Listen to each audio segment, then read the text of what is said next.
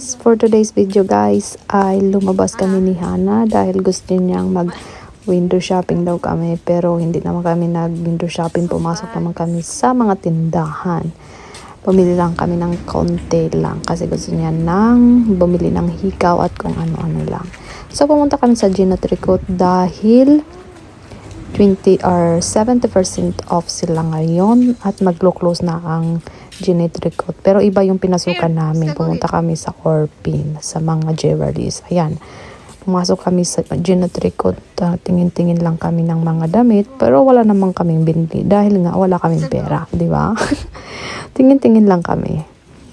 Gusto niya yung damit na yan kaso nga lang walang ibang size. So pumunta naman kami sa swimsuit attire kasi malapit na yung summer.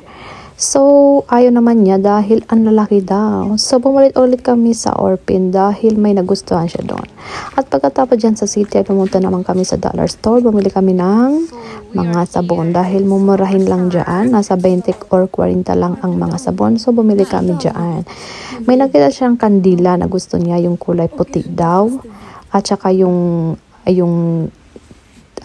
pink na yung gusto niya yun. Kaso nga lang wala naman siyang pera, charot. Kaya hindi ko siya binilhan. So, better luck next time lang. Sabi ko sa kanya, pag may pera ka na, bumili ka niya. Diba? Hindi lahat ng gusto nila kailangan sundin. So, may mga, din yan, may mga limitation. Ayan, may nakita ako diyang malaking na yan. Una na yan, diba? Ang ganda. Ang laki niya. So, ayan na, nag-ikot-ikot na kami at may nakita din akong ganyang plaka, di ba?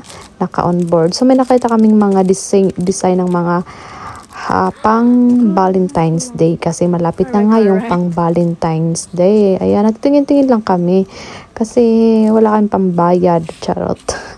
Naubusan kami ng pera. So, kunti lang yung binili namin. Pang lang, mga sabon at saka kung ano-ano lang at kandila. Ayan. Mga mura yung tindahan dito sa dollar store na to. So, ayan guys. Dahil wala kaming magawa, kahit ano-ano lang ang kanyang binubuksan at inaamoy, kahit di naman pwedeng buksan, binubuksan namin. At may nag-spray nga ako kanina sa ulo ko ng ng hairspray doon. Akala ko magkukulay, hindi pala. So, ayan guys, nandito na kami sa mga malapit na kasi kami umuwi. Palabas na kami niyan dahil wala nga kaming magawa. So, nag-ikot-ikot lang muna kami.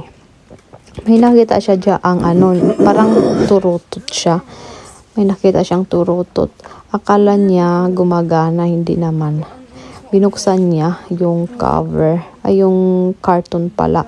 Bawal naman talaga buksan, kaso nga lang maggulo siya. Kaya, ayan, binuksan niya yan, tinatry niya yan. Yung bata, wala namang battery, hindi siya mag-work, ganon. Ayan guys, yun lang po ang aming video for today. Thank you!